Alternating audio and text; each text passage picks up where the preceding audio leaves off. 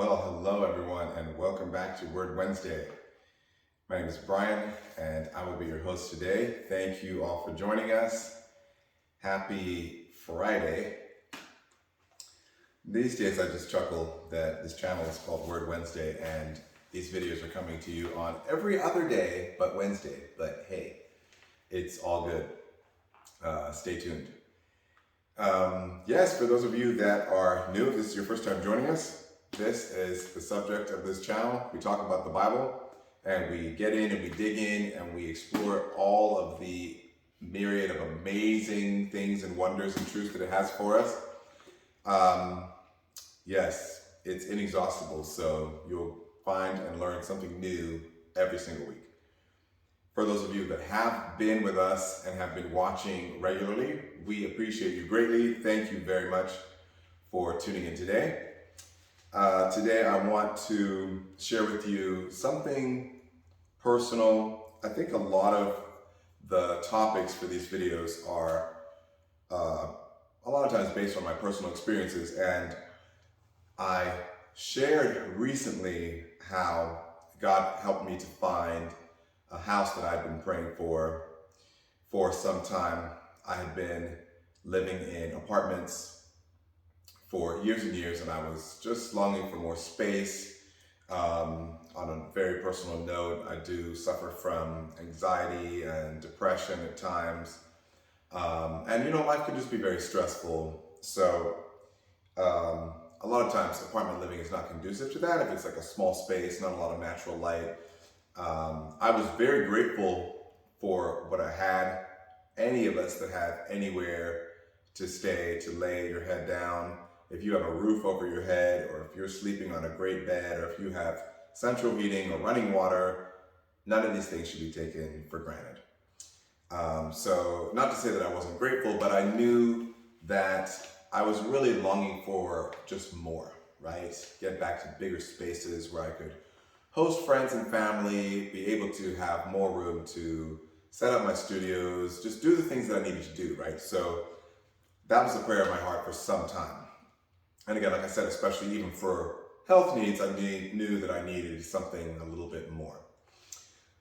So fast forward to very recently, to about 3 months back now, where I was able to get a new job, and that job took me to a much better area of the city where I live, a new city really, and quickly, without much effort, which I know now was a string of miracles, I was able to apply for and get approved for a nice big house with lots of space.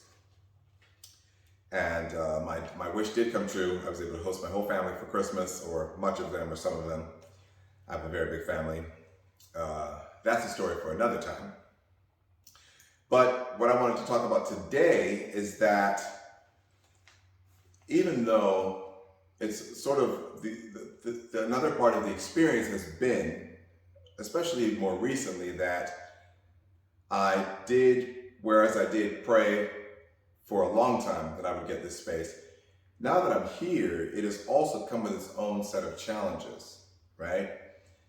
And to the point where a couple months into it, I was actually getting discouraged because I felt like I was supposed to be blissfully happy, right? All the things that I wanted to do, I should have been able to do now, right? The ball should have been rolling and everything should be, I'm just synopsizing, right? Just generally explaining my sentiments as to how I felt about things that have not yet come to pass, even though I'm now in my house that I've been hoping and waiting for and happy to have, right? So, and to expound a little bit more specifically, things to do with production, right? I have some other videos that I'm working on, or I've wanted to work on. I still find myself pretty much inundated and swamped with work. Practical things like cleaning a big house, that can be a little bit overwhelming if you've not experienced that, or if you're about to move into a house, get ready. Just personal dreams of hosting more, being able to throw more parties and have more family visits. A lot of these things have not yet come to pass. And I was feeling a little bit kind of just discouraged, right? Yeah. New stresses, new, like they say, more money, more problems, right? Bigger blessings, bigger battles. But so I was kind of pondering on those things one night, and then I was reminded of the story of the children of Israel. Okay, how God was kind of comparing my situation to what we see in the Word, where they had been oppressed at a time by the kingdom of Egypt, the Egyptian empire, for several generations. It was actually hundreds of years that they were in Egypt as slaves, like the entire nation of Israel. And for generations, they'd been calling on God to deliver them and to get them out of that situation desperately. And it was a very valid prayer and cry. And God didn't want them oppressed, and they didn't want to be oppressed. So he sent Moses to get them out. Let's look at that a little bit. So we're going to go to the book of Exodus, chapter 3. Okay? And we're going to go all the way right to verse 7. Right? So God appears via a burning bush to Moses while Moses is tending sheep in the wilderness. You can read the whole story for yourself. But in verse 7, the Lord said, I have indeed seen the misery of my people in Egypt. I have heard them crying out because of their slave drivers, and I am concerned about their suffering. So I have come down to rescue them from the hand of the Egyptians and to bring them up out of that land into a good and spacious land, a land flowing with milk and honey, the home of the Canaanites, Hittites, Amorites, Perizzites, Hivites, and Jebusites. Verse 9, and now the cry of the Israelites has reached me, and I have seen the way the Egyptians are oppressing them. Verse 10, so now go. I am sending you to Pharaoh to bring my people, the Israelites, out of Egypt. Okay, so of course this is sometimes when it comes to the Word of God, the situations, and we can be thankful as we look back, because all of these intense and immense, crazy situations that God delivered, the immense, massive things that God did, literally, especially if you read this story, literally moving forces of nature to bring about his will for his people. All of those things, and there's story after story after story like this, right? Where God did just monumental things. And because of all these things, we have the situation that we have today, right? Fast forward to the coming of Jesus Christ and all that he shared and taught us through his life and him giving his life for us. So, right, fast forward thousands of years and here we are today, right? So all of these situations are what brought us a lot of the faith and knowledge and even practically a lot of the lifestyle things that we have today, right?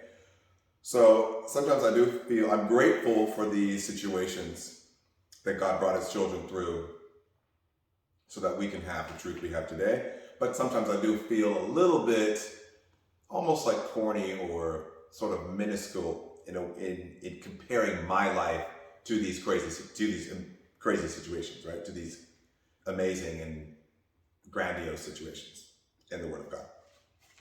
But I do feel that there's a place for that, because when we see the great power and might and the hand of God in these stories, we can take comfort and know that our problems are a little bit smaller, and that if God can do those amazing things, how much more can he take care of us, right?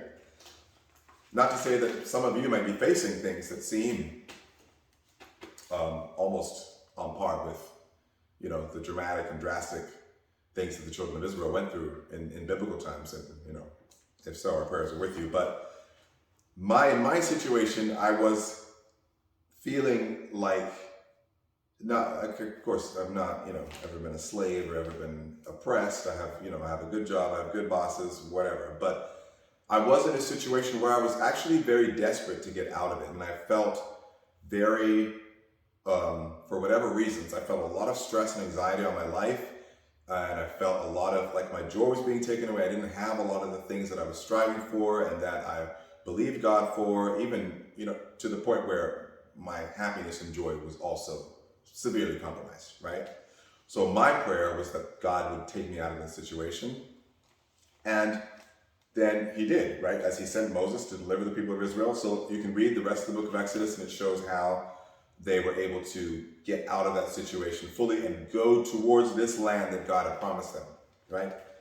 But this is where you're going to see the rest of my personal experience in comparison. So now we're going to go to Numbers, verse 13. Let's see who flips to it faster. You or me. If you found it first, put that in the comments below. And I'm going to read verse 1. So this is exploring Canaan. So this is fast forward to almost a generation later, where the people of Israel had been living in the desert, and God had brought him their new law, his law for them. They went through a lot, and now they're ready to go into the new land. They've traveled right to the borders, and let's see what happens. The Lord said to Moses, "Send some men to explore the land of Canaan, which I am giving to the Israelites. From each ancestral tribe, send one of its leaders." Okay, so then they go in. Let's fast forward to verse 21. So they went up and explored the land from the desert of Zin as far as Rehob towards Lebo. They went up through, skip. When they reached the valley of Eshcol, they cut off a branch bearing a single cluster of grapes. 2 of them carried it on a pole between them, along with some pomegranates and figs. At the end of 40 days, they returned from exploring the land.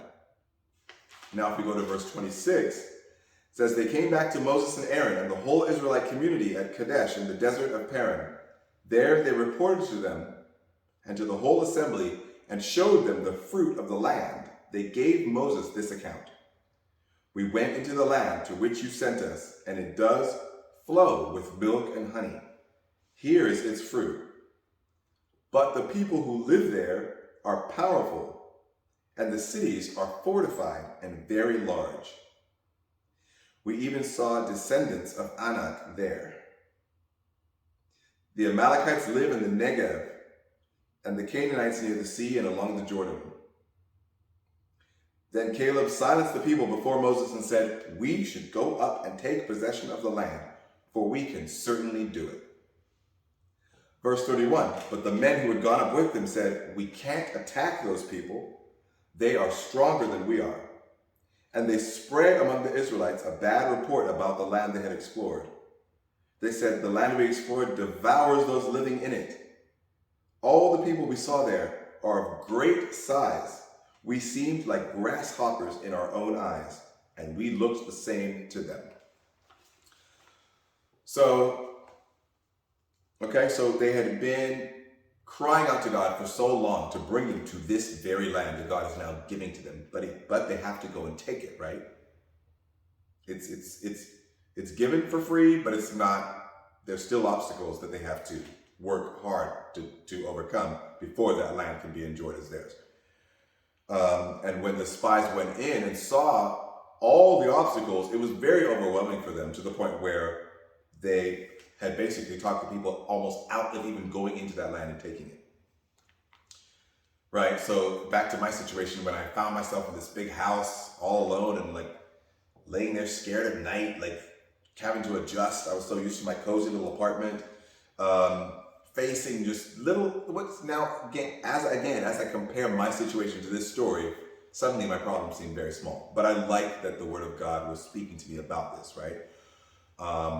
And again, the same examples that I shared before about having to, the upkeep with the house, still finding myself swamped with work, just little different things that seemed to me to be almost where I was like the people of Israel. I was sitting there comparing my situation and feeling like this was not all that I had hoped for and looked forward to.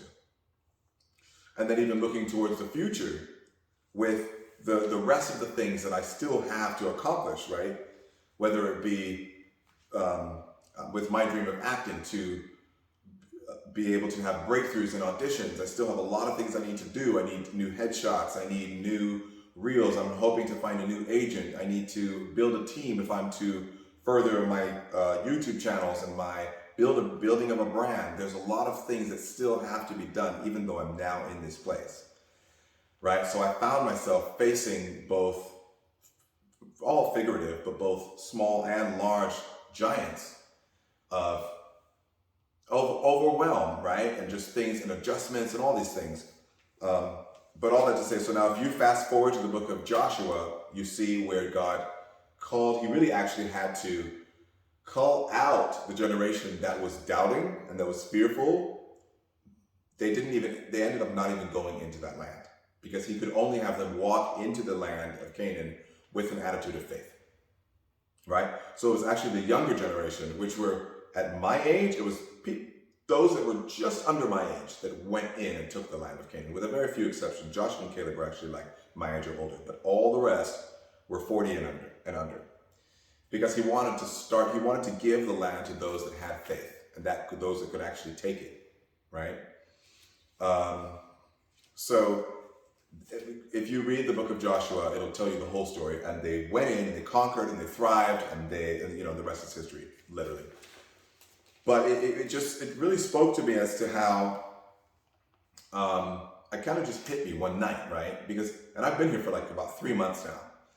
But it was almost several weeks after the initial excitement, right? Just like the children of Israel, when God brought them out and they saw miracles and they were just abounding with joy and all inspired, and like could see the pillar of fire and the cloud of smoke, and they had manna and all these things, and they were just God was so visibly working for them. But then, fast forward to when it's time to come to take the land that they had wanted so badly.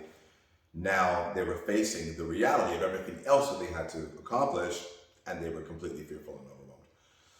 And I found myself kind of in that position where I was now less joyous and praiseful and happy about gaining what I had prayed for, but now looking into the future at all the rest that was still to be done.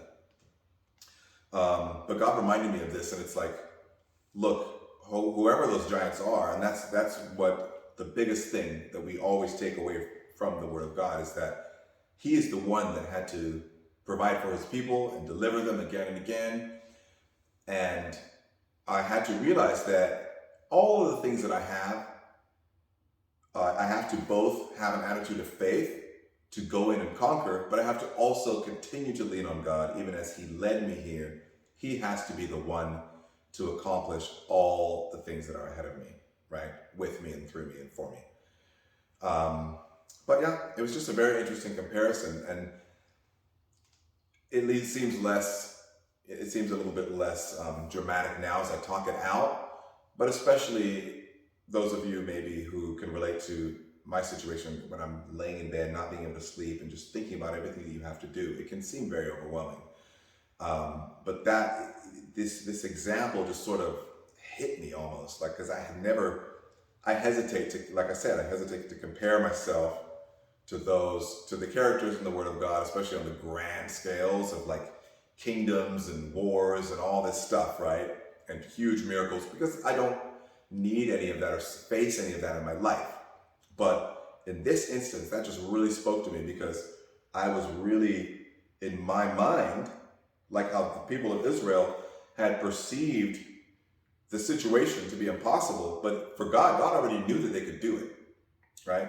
So I was facing that same dilemma internally, where I felt like, all right, God, you brought me here, but now what? I still don't feel capable to do any of these things, and I don't see them done, right? I haven't conquered yet. But when I was able to reflect on these stories, it just brought to mind how it's like, look, and that's the beauty of this story, no matter how extreme the situation, God is able, right?